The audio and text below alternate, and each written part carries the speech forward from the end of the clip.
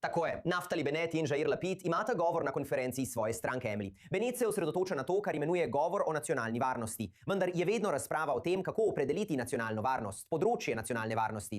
In potem Bennett uporabi posebej široko definicijo. Torej, je to govor o nacionalni varnosti. Ampak ima vse tam, hredi, gospodarstvo, izobraževanje, zunanja politika in vse ostalo, vse skupaj združeno v eno, strani Bennetta. Mislim, da po eni strani to kaže, koliko priložnosti obstaja, koliko vprašanj, pri katerih je Benjamin Netanjahu pravzaprav ranljiv. Seveda, vprašanje vpoklica ultraortodoksnih študentov ješive že na začetku govora, pa tudi vprašanja gospodarstva in izobraževanja, družbena kohezija, ki je bila prav tako del govora, ter zunanja politika. Obstaja veliko področji, na katera lahko Naftali Bennett in, če smo natančni, Jair Lapid usmerita svojo kampanjo. Ampak mislim, da obstaja tveganje, da se pri tako širokem govoru sporočila izgubijo in da ni bolj osredotočenega sporočila. Zanimivo bo videti v zaključku kampanje Emily. Če se Bennett odloči za eno področje in ne za drugo, glede svoje osredotočenosti. Torej, kaj pravi? Najprej o naboru ultraortodoksnih študentih ješive, haredi študentih ješive, govori o tem, da bi jih vse vpoklicali in da ne bi bil določen odstotek oproščen naborništva, kot na primer Gadi Eisenkot, vodilni kandidat opozicije za njihovega kandidata za predsednika vlade. Je izjavil, da bi morali 30% ultraortodoksnih dovoliti, da nadaljujejo študij. Vendar Naftali Bennett pravi, da to ni dovolj. Vsi bi morali biti vpoklicani. Glede družbene kohezije, pri tem pa je napadel Netanjahuja, ne prvič, in dejal, da je razdelil družbo. Bennett pa jo bo združil.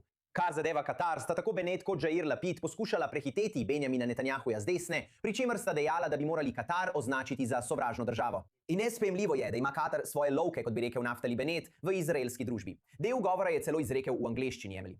Da bi povedal, da bi morali ameriški Judi prekiniti vse svoje vezi s Katarjem, saj je želel, da bi ta izjava odmevala v angleščini. Tako ameriške judovske organizacije ne bi več sodelovale ali imele stikov s Katarjem, kot so jih imele v zadnjih desetletjih. Usmeril se je tudi na izraelska prizadevanja za javno diplomacijo in dejal, jih bodo okrepili, da bodo okrepili izraelska prizadevanja tudi na tem področju.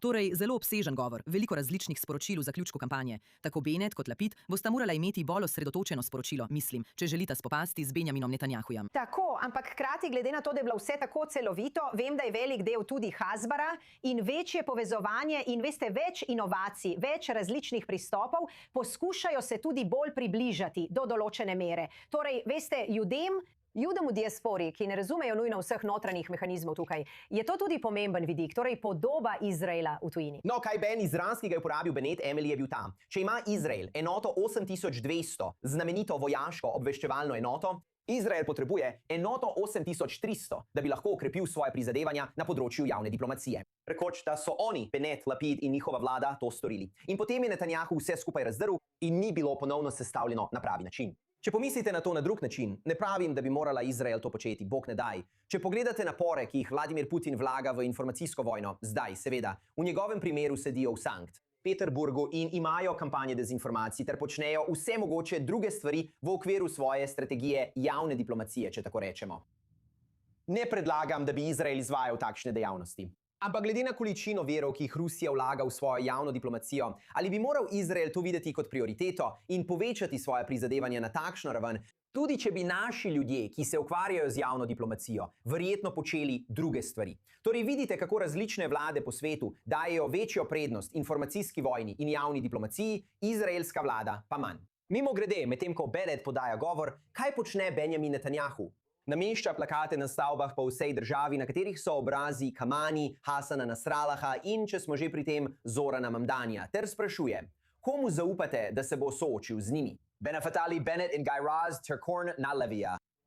Zgradili so ali pa meni poslali nekakšno čustveno sporočilo. Prav, ampak ne, poskušajo se soočiti s stvarmi. In mislim, da bo veliko vprašanje volilne kampanje, kaj bo zmagalo. Bo to čustveno sporočilo? Ne zaupajte levici naše nacionalne varnosti. Ali pa to sporočilo Naftalija Bennetta, ki dejansko napada politike, ki jih je imel Netanjahu in zaznava ranljivosti. Ena od neodgovorjenih vprašanj na teh volitvah, ko vsi poskušamo določiti agendo, je, kako se bodo različne strani lotile tega.